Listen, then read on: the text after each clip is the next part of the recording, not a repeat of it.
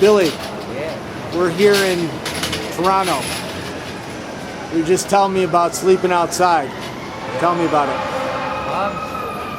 Well, I usually go to bed around 11 o'clock at night, sleep behind the Sheridan on a piece of cardboard.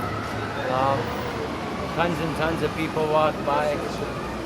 In my mind, I'm thinking, why don't these people help a little? You know, I mean, you really wouldn't notice a quarter missing out of your pocket. By 3 o'clock in the morning, it starts getting a bit chilly. I don't have a blanket, so I usually sleep on one of the heat grates that are in the sidewalk.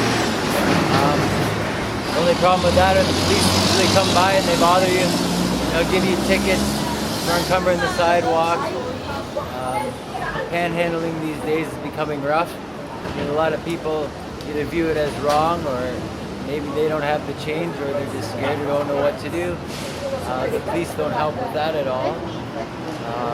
They give tickets that are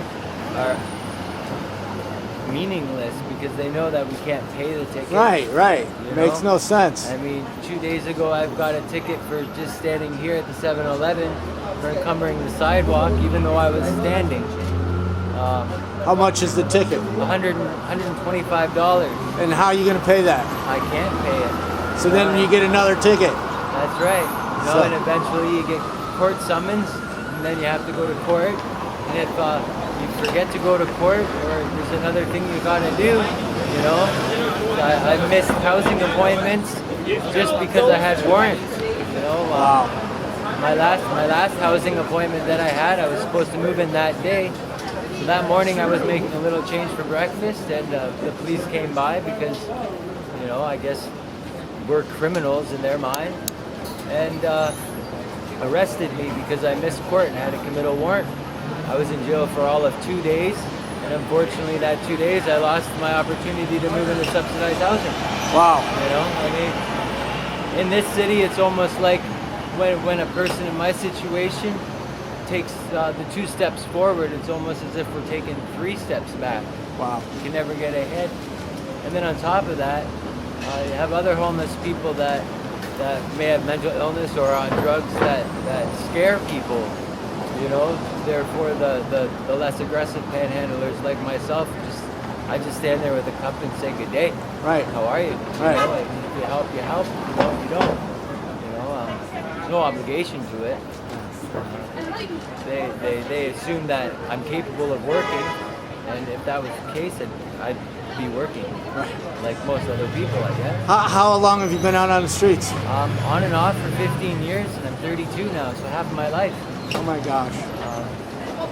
It's no way to live. Not at all. Not at all.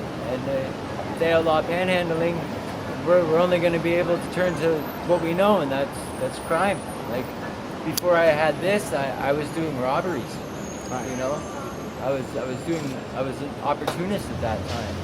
You know, now I'm hoping on the kindness of others, and if they are willing to ask me for help, if I can help them in any way, I hope they know that I'm there. You know, in the morning I open a door at Tim Hortons for about 2 hours every single day, whether it's raining or not. I open a door, whether they give me change or not. I open that door. You know, but the police view that as trespassing, aggressive panhandling.